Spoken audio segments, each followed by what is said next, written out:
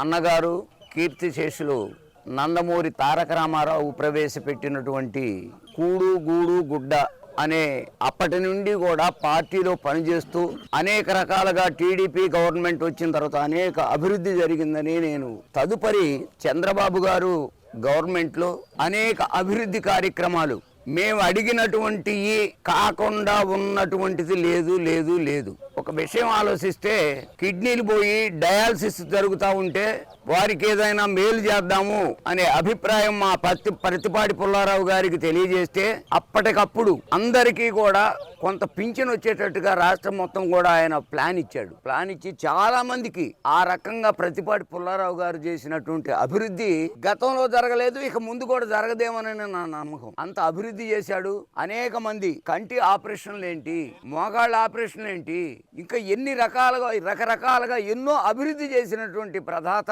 చంద్రబాబు గారి ఆధ్వర్యంలో మా గ్రామంలోకి వచ్చేటప్పటికి రోడ్లేంటి ఇంకా చాలా ఉన్నాయి. అనేక రకాలుగా అవి చేయించుకోండి, శ్మశానాలు చేయించుకోండి, ఏంది మీరేం చేయించుకోవట్లేదు అని మమ్మల్ని వెంటబడి ఆయన అడిగేవాడు. అటువంటి వ్యక్తి మళ్ళీ టీడీపీ రావాలని కోరుకుంటూ ఒకటి పార్టీ ప్రధానంగా అన్నగారు పెట్టిన టైం నుండి కూడా ఎప్పుడూ మెజార్టీ తగ్గలేదు, ఇక ముందు కూడా తగ్గదు.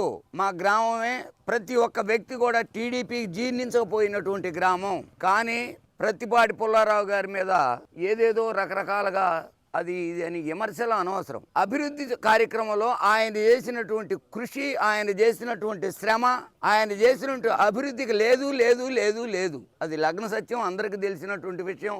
ఇక ముందు కూడా పార్టీ ఈసారి దాదాపు మా నియోజకవర్గం 50 ఏళ్ళు కానీ 40 ఏళ్ళు మెజార్టీ దాదాపు వస్తుందని మా నమ్మకంతో ఆశిస్తూ ఆయన చేసినటువంటి వర్క్ మరుపురానిది.